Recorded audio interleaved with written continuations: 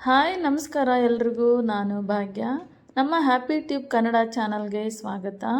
ಇವತ್ತಿನ ರೆಸಿಪಿ ರಾಜಗಿರಿ ಪಲ್ಯ. ಇದು ತುಂಬ ಹೆಲ್ದಿ ಫುಡ್ಡು.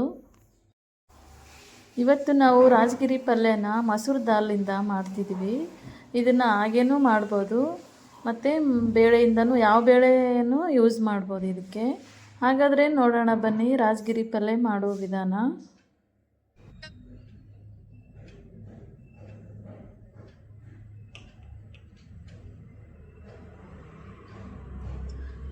ಒಂದು ಕಪ್ಪು ಮಸೂರು ದಾಲ್ ತೊಗೊಂಡಿದೆ. ಇದನ್ನು ಚೆನ್ನಾಗಿ ತೊಳೆದು ಒಂದು 2-3 ನಿಮಿಷ ಅಥವಾ 5 ನಿಮಿಷ ನೆನೆಸಿಡೋಣ. ಜಾಸ್ತಿ ನೆನೆಯೋದೇನು ಬೇಕಾಗಿಲ್ಲ. ಇದು ಟೈಮ್ ಇದ್ದರೆ ಒಂದು 10 ನಿಮಿಷ ನೆನೆಸಿ ನೀವು.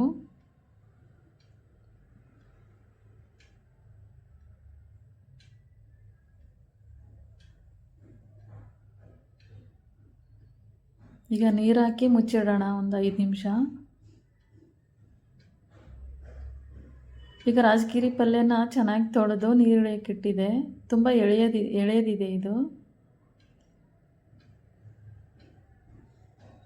ನೋಡಿ ಎಷ್ಟು ಚೆನ್ನಾಗಿದೆ. ಈಗ ಇದನ್ನು ಸಣ್ಣದಾಗಿ ಕಟ್ ಮಾಡಿದೆ. ಸಣ್ಣದಾಗಿ ಕಟ್ ಮಾಡಿದೆ ಇದು ನೋಡಿ.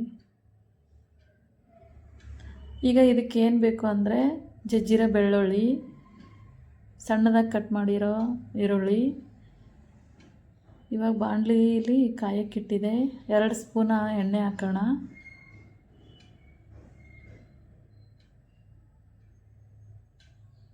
ಎಣ್ಣೆ ಕಾದಿದೆ. ಇವಾಗ ಬೆಳ್ಳುಳ್ಳಿ ಹಾಕೋಣ.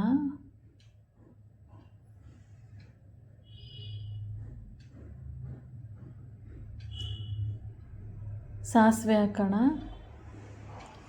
ಜೀರಿಗೆ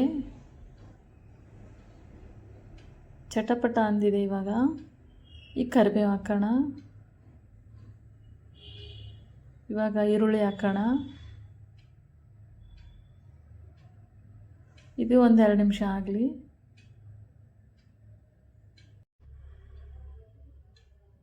ಈಗ ನೆನೆಸಿರೋ ಬೇಳೆನ ಹಾಕೋಣ.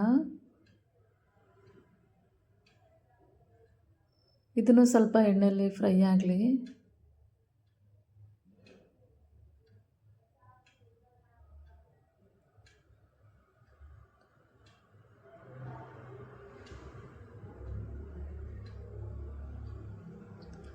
ಇದಕ್ಕೆ 1/2 ಸ್ಪೂನ್ ಅರಿಶಿಣ, 2 ಸ್ಪೂನ್ ಖಾರ,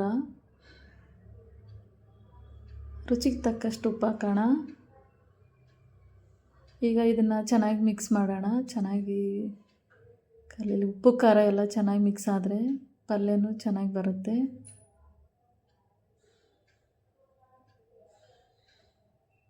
ಕಲರ್ಫುಲ್ಲಾಗಿದೆ. ಈಗ 1-2 ನಿಮಿಷ ಮುಚ್ಚಿಡೋಣ ಇದನ್ನು. ಈಗ ನೋಡಿ ಚೆನ್ನಾಗಿ ಕುದ್ದಿದೆ ಇದು. ಈಗ ಪಲ್ಯ ಹಾಕೋಣ. ಪಲ್ಯ ಜಾಸ್ತಿ ಕುದ್ರೆ ಚೆನ್ನಾಗಿರಲ್ಲ, ಅದಕ್ಕೆ ಅದನ್ನು ಸ್ವಲ್ಪ ಬೇಳೆ ಈರುಳ್ಳಿ ಎಲ್ಲ ಸ್ವಲ್ಪ ಫ್ರೈ ಆದಮೇಲೆ ಇದನ್ನು ಹಾಕ್ತಿದ್ದೀವಿ. ಎಲ್ಲ ಒಮ್ಮೆಲೆ ಹಾಕಿದರೆ ಅಷ್ಟು ಟೇಸ್ಟ್ ಬರಲ್ಲ. ಈ ಪಲ್ಯ ಹಾಕಿ 1 ನಿಮಿಷ ಮುಚ್ಚಿಟ್ಟಿದೆ. ಈಗ ಮಿಕ್ಸ್ ಮಾಡಬೇಕು. ಚೆನ್ನಾಗಿ ಮಿಕ್ಸ್ ಮಾಡಬೇಕು. ಎಲ್ಲ ಪಲ್ಯ ಬೇಳೆ ಎಲ್ಲ ನೀಟಾಗಿ ಕಲಿತ್ರೆ ಚೆನ್ನಾಗಿ ಬರುತ್ತೆ. ಇಲ್ಲಾಂದರೆ ಉಪ್ಪು ಖಾರ ಅಲ್ಲಿ ಇಲ್ಲಿ ಆಗುತ್ತೆ.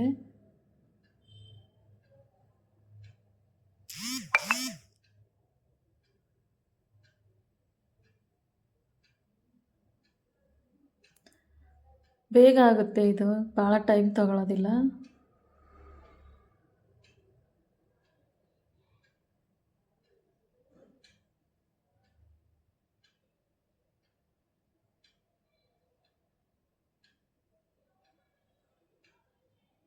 ಈಗ ಚೆನ್ನಾಗಿ ಮಿಕ್ಸ್ ಆಗಿದೆ ಇದು ಎಲ್ಲ. ನೋಡಿ ಎಷ್ಟು ಚೆನ್ನಾಗಿ ಮಿಕ್ಸ್ ಆಗಿದೆ.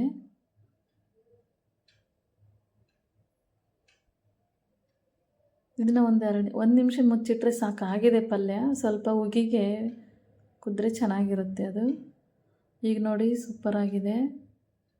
ರೆಡಿ ಆಯಿತು ರಾಜಗಿರಿ ಪಲ್ಯ.